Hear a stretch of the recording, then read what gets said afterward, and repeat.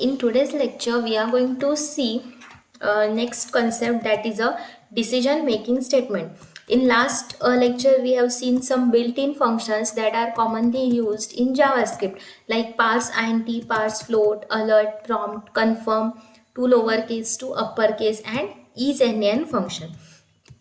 Okay, so after that see इथे त्यांनी एक सिम्पल एक्झाम्पल दिलाय to enter the accept a value of a radius from the user and display the area of a circle. So हा simple program आपण करून बघूया.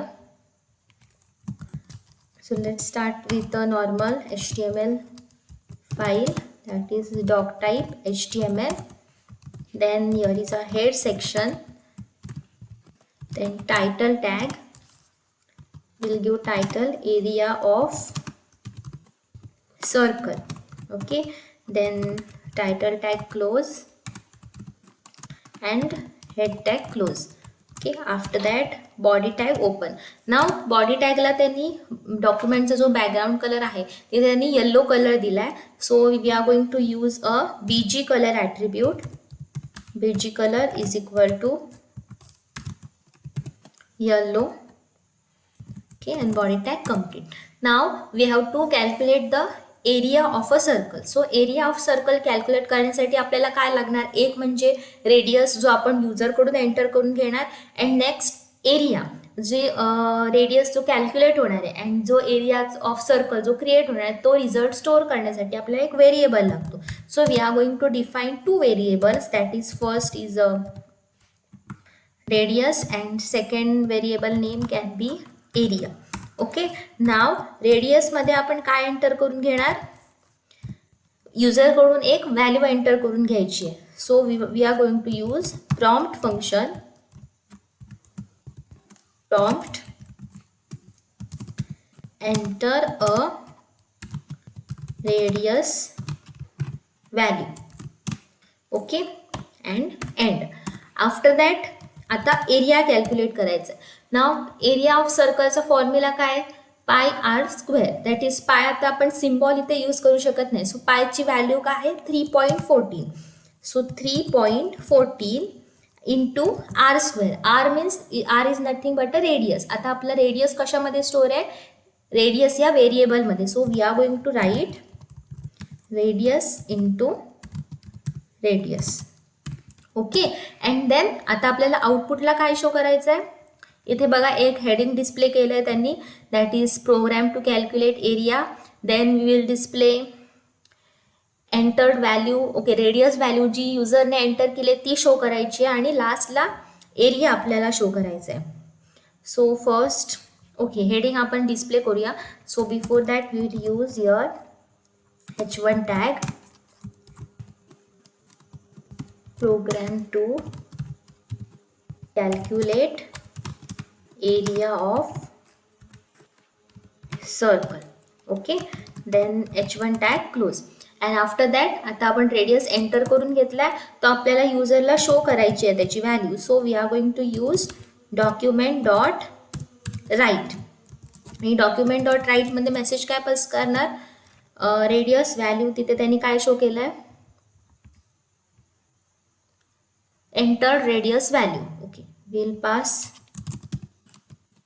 entered radius value, आणि इथे याच्या पुढे काय शो करायचं, जी व्हॅल्यू आपण प्रॉम्प्ट बॉक्समध्ये डिस्प्ले करणार ती व्हॅल्यू. ती व्हॅल्यू कशामध्ये स्टोअर आहे, रेडियस या व्हेरिएबलमध्ये स्टोअर आहे. So we are going to use plus operator and variable name. ज्या व्हेरिएबलमधली व्हॅल्यू आपल्याला शो करायची आहे, name of that variable. Okay, plus radius, and after that जी एरिया आपण कॅल्क्युलेट केली आहे ती शो करायची आहे. So document dot write and double कोटमध्ये काय येणार, area of circle is, area of circle is. आणि आता जी एरिया आपण कॅल्क्युलेट केले, कॅल्क्युलेटेड एरिया कशामध्ये स्टोअर आहे, एरिया ह्या व्हेरिएबलमध्ये स्टोअर आहे. सो इथे आपण कोणती व्हॅल्यू पास करणार, प्लस एरिया. म्हणजे एरिया ह्या व्हेरिएबलमध्ये जी व्हॅल्यू स्टोअर आहे ती आपल्याला तिथे डिस्प्ले होणार. And after that okay sorry, इथे बघा स्क्रिप्ट टॅग ओपन नाही केलाय, जावा स्क्रिप्ट आपण यूज करतोय. So always use script tag. Language is equal to JavaScript. Okay, and we will close that script tag here. Script tag close. After that body tag close and HTML close. Okay, now we will save this program.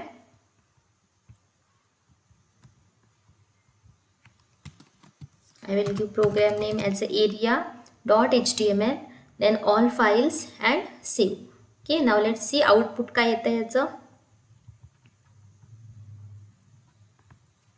There is area. Okay, enter a radius value, suppose 6 and okay. Okay, आता इथे आपल्याला दिसतंय program to calculate area of circle, enter radius value 6 and area of circle is 113 point something. आता हे आपल्याला next लाईनला घ्यायचं आहे, सो आपण br टॅग यूज करूया. कुठे आहे, एंटर रेडियस. ओके, ह्याच्यानंतर आपल्याला नेक्स्ट लाईनला घ्यायचं आहे, सो आपण काय करणार, br टॅग यूज करणार.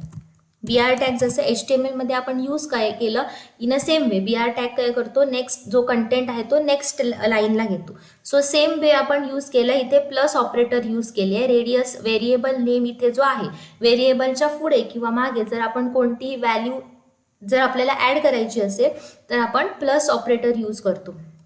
अँड नाव we will save this. Okay, again enter a radius, suppose 8.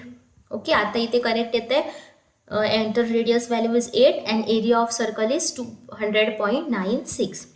So this was a example. After that, next concept is decision making statement. Now what are decision making statement? आपण operators जावास्क्रिप्टचे जे operator study केलेले, ऑपरेटर्समध्ये एक concept होती बघा, relational operators.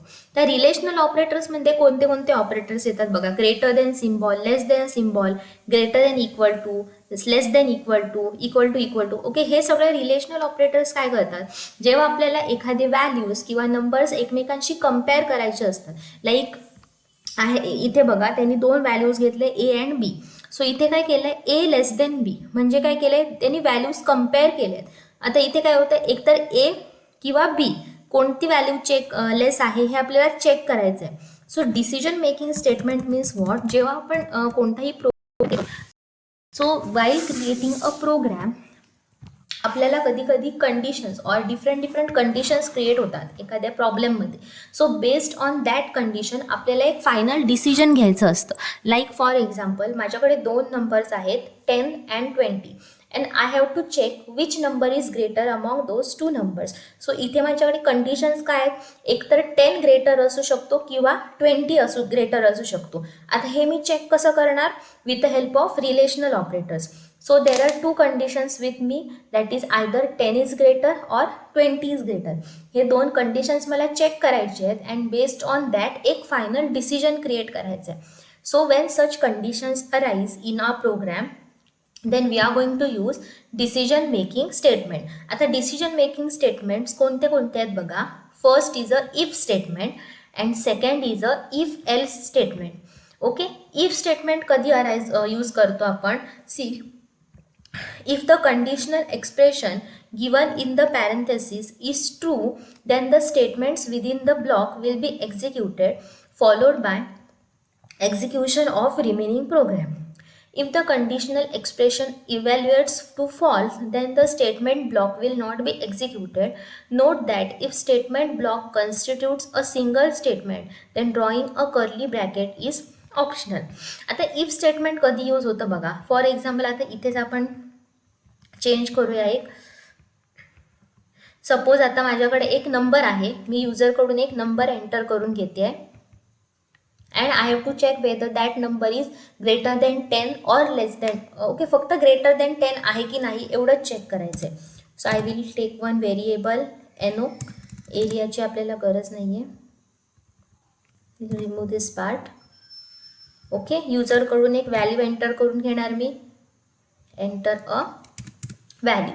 Okay, आता मला काय चेक करायचं आहे, NO मध्ये मी जी व्हॅल्यू एंटर करणार ती व्हॅल्यू ग्रेटर देन 10 आहे का एवढंच चेक करायचं आहे की नाही, असं नाही, एकच कंडिशन आहे, ग्रेटर देन 10 आहे का.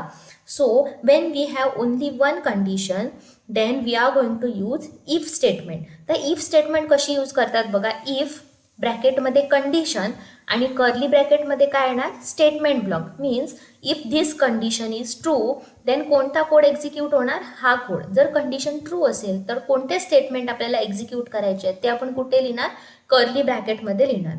So see, now I have to check whether NO is greater than 10 आहे, एवढंच चेक करायचं आहे. So I will use if, ब्रॅकेटमध्ये काय येणार, NO ग्रेटर दॅन 10. ओके, जर ही स्टेटमेंट ट्रू असेल तर आपल्याला युजरला मेसेज काय पास करायचं आहे, number is greater than 10. So we will use document or best option alert use करूया. Alert number is greater than 10. Okay, and curly bracket close, एवढंच. आता जर ही कंडिशन ट्रू असेल तर आपल्याला आउटपुटला काय दिसणार, number is greater than 10. Okay, आपण सेव्ह करूया अँड लेट सी आउटपुट काय येतोय. Okay, enter a value, like suppose me 80 enter केलं, 80 अँड ओके. ओके, मग आपल्याला काय येतं आहे, number is greater than 10. Number is greater than 10 का आलं, बिकॉज आपण इथे काय कंडिशन, NO मध्ये कोणती व्हॅल्यू स्टोअर केली, 80, आणि इथे चेक केलं त्यांनी 80 ग्रेटर दॅन 10 आहे, yes. Then if this condition is true then आपण कर्ली ब्रॅकेटमध्ये जो काही कोड लिहिलाय तो आपल्याला तो एक्झिक्यूट होणार. जर ही कंडिशन फॉल्स असेल तर हा कोड एक्झिक्यूट होणार नाहीये. लाईक सी, आता लेस दॅन 10 मी व्हॅल्यू एंटर करते, सपोज 5 अँड ओके. आता इथे बघा आउटपुटला आपल्याला काय दिसतंय का, काही मेसेज येतोय का, number is less than 10, no. Why, because ही जी कंडिशन आहे ती फॉल्स झाली आहे. 5 ग्रेटर दॅन 10 ही कंडिशन सॅटिस्फाय होत नाही. जर कंडिशन सॅटिस्फाय होत नसेल तर कर्ली ब्रॅकेटमध्ये आपण जो कोड लिहिलाय तो कोड एक्झिक्यूट होणार नाही. ओके, सो जेव्हा आपल्याकडे एकच कंडिशन असते, in that case we are going to use if statement. Now next is a if else statement. Now if else statement कधी यूज केले जातात, ह्या एक्झाम्पलमध्ये आपण काय बघितलं की आपण फक्त चेक करतो की नंबर ग्रेटर दॅन 10 आहे का. जर असेल तर आपण युजरला मेसेज देणार. But if that number is not less than 10, मग आपण युजरला सुद्धा आपल्याला काहीतरी मेसेज द्यावा लागेल ना की number is not greater than 10 or number is less than 10. म्हणजे ह्या केसमध्ये सुद्धा आपल्याकडे दोन कंडिशन्स अराईज होतात. कोणते अराईज होतात, whether number is greater than 10 or number is less than 10, असे दोन कंडिशन्स असतात. सो इफ स्टेटमेंटमध्ये काय सांगितलेलं, जेव्हा आपल्याकडे एकच कंडिशन असते, in that case we are going to use if statement. But if I have more than one statement, conditions more than one, otherwise in other words we can say जेव्हा आपल्याकडे perfect exactly दोन conditions असतात, in that case we are going to use if else statement. Okay, आता if else statement work कसं होतं बघा. If conditional expression evaluates to true, then true block statement will be executed. Otherwise, false block, that is else part, will be executed. At a time, either true block or false block will be executed, not both. Okay, इथे काय सांगितलंय आपण, इफमध्ये काय बघितलं, if ही condition जर true होत असेल देन इफ ब्लॉकचा जो कोड आहे दॅट इज स्टेटमेंट ब्लॉक तो एक्झिक्यूट होणार. But if this condition is false then this code will not be executed. इफचा जो कोड आहे तो एक्झिक्यूट होणार नाही. फॉल्स असेल तर, फॉल्स असलं तर डायरेक्टली एल्स पार्टचा जो कोड आहे तो एक्झिक्यूट होणार. ओके, आपण ह्याच एक्झाम्पलमध्ये बघूया. आता इथे आपण काय केलं, नंबर ग्रेटर दॅन 10 असेल तर युजरला मेसेज काय पास केला, number is greater than 10. Now another condition is, जर ही कंडिशन फॉल्स होत असेल, that is number is greater than 10, ही कंडिशन फॉल्स होत असेल तर आपण युजरला काय मेसेज पास करणार, number is less than 10. Okay, so जर कंडिशन फॉल्स असेल तर त्याच्यासाठी काय यूज करतो आपण, else block. Else and alert, अलर्टमध्ये मेसेज काय पास करणार, number is less than 10. Okay, semicolon and curly bracket close. Okay, now we will run this program. आता मी एक नंबर एंटर करते, 14. Okay, number is greater than 10. Now next again, now I will enter a number that is less than 10, suppose 6. Then मला message काय येतोय, number is less than 10. आधी आपण if स्टेटमेंटमध्ये जेव्हा आपण बघितलेलं, जेव्हा लेस दॅन 10 आपण व्हॅल्यू एंटर केली तेव्हा आपल्याला आउटपुट काहीच नाही यायचं. पण आता इथे काय झालंय, जेव्हा मी लेस दॅन 10 व्हॅल्यू एंटर करते तेव्हा मला मेसेज काय शो होतोय, नंबर इज लेस दॅन 10. इथे काय झालं, आता NO मध्ये मी कोणती व्हॅल्यू स्टोअर केली, 6 ही व्हॅल्यू स्टोअर केली. सो तो चेक करणार 6 ग्रेटर दॅन 10. नो, ही कंडिशन फॉल्स आहे. ही कंडिशन फॉल्स आहे म्हणजे काय, इफसाठी जो आपण कोड लिहिलेला, जी स्टेटमेंट लिहिलेली ती एक्झिक्यूट होणार नाही, because this condition is false. मग जेव्हा ही कंडिशन फॉल्स असेल तेव्हा डायरेक्टली कोणता कोड एक्झिक्यूट होणार, एल्स पार्टमध्ये आपण जो कोड लिहिलाय that code will be executed. That's why it is known as a if else. Means if this statement is true then this code will be executed, otherwise else. If condition is not satisfied then else part will be executed. Okay, so जेव्हा आपल्याकडे दोन conditions असतात तेव्हा आपण काय करतो, if else statement use करतो. Okay, so that's all for today. In next lecture we will see more examples related to if statement and if else statement.